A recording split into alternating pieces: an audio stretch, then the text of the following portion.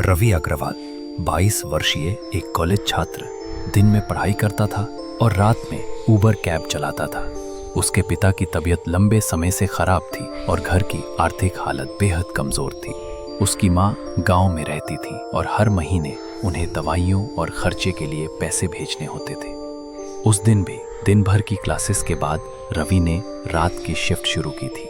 रात के 2 बजे तक वो 4-5 सवारी कर चुका था और थक कर एक पेट्रोल पंप के पास गाड़ी खड़ी करके ब्रेक ले रहा था। बारिश की हल्की फुहार पड़ रही थी और शहर के अधिकतर हिस्से सो चुके थे।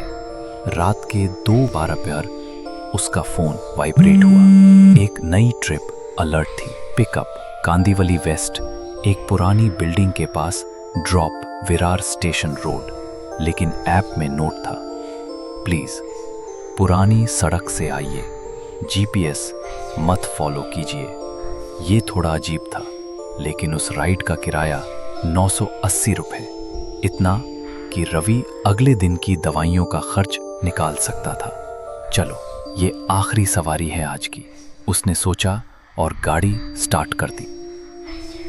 रवि वक्त पर लोकेशन पर पहुंच गया। वहां अंधेरे में एक महिला पहले से खड़ी थी। वो सफेद साड़ी में थी, उसके बाल भीगे हुए थे और पैरों में चप्पल नहीं थी। उसकी आंखों पर गोल काले चश्मे थे और उसके हाथ में लकड़ी का पुराना थैला था। रवि ने दरवाजा खोला। वो बिना कुछ कहे पीछे बैठ गई। मैम, विरार स्टेशन रोड ना, पुरानी सड़क से।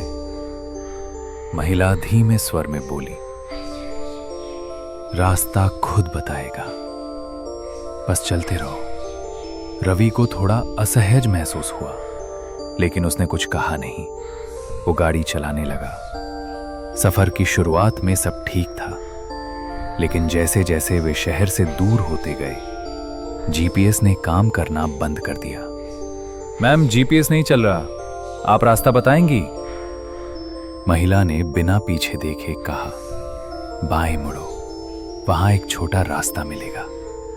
रवि ने देखा एक कच्चा रास्ता घने पेड़ों के बीच जा रहा था। वो कुछ सेकंड रुका, फिर मन को मजबूत करके गाड़ी उस तरफ मोड़ दी। गाड़ी के अंदर अजीब ठंड थी, जबकि एसी बंद था।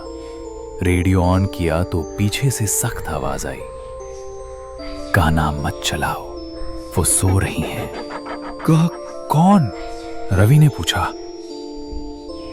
मेरी बेटियां पीछे बैठी हैं। रवि ने कांपते हुए रियर व्यू मिरर देखा। पीछे कोई नहीं था। लगभग 25 मिनट के सफर के बाद महिला बोली, बस यहीं रोक दो। रवि ने सामने देखा, एक टूटी फूटी हवेली, चारों तरफ झाड़ियां, कांटे, जंग लगी जाली और बंद दरवाजा।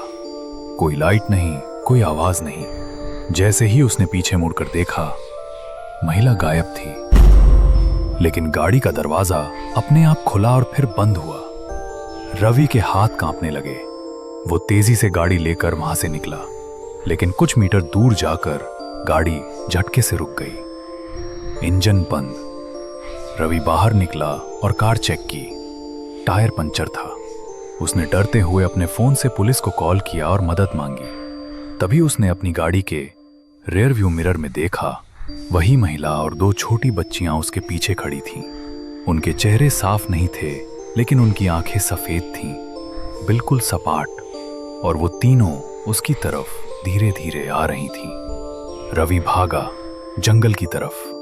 पेड़ों के बीच एक बड़ा सा पेड़ देखकर उसके पीछे छिप गया और कांपते हुए भगवान को याद करने लगा। कुछ ही देर में पुलिस सायरन की आवाज सुनाई दी। रवि दौड़कर वापस आया। पुलिस उसकी गाड़ी के पास खड़ी थी। उसने पूरी बात बताई और पुलिस वालों को उस हवेली तक ले गया। पुलिस ने अंदर जाकर सब कुछ चेक किया, लेकिन वहां कोई नहीं था। सिर्फ एक जंगली बिल्ली मिली जो सोफे पर बैठी थी। अगली सुबह रवि थाने गया और एक पुराने इंस्पेक्टर से बात की। वो नाम सुनते ही चुप हो गया। फिर उसने एक फाइल निकाली। 2012 में इसी घर में एक महिला और उसकी 2 बच्चियों की बेरहमी से हत्या हुई थी। केस अनसुलझा रह गया। हत्यारा कभी नहीं मिला। रवि का रंग उड़ गया। कुछ हफ्तों बाद रवि ने उबर चलाना बंद कर दिया। वो अब एक कॉल सेंटर में काम करता है, लेकिन हर बार जब वो ऐप खोलता है वही पुरानी राइड पेंडिंग मिलती है। Pickup Kandivali west, drop Virar station road. क्या आप इस यात्रा को स्वीकार करना चाहेंगे? रवि अब उस स्क्रीन को देखकर मोबाइल बंद कर देता है।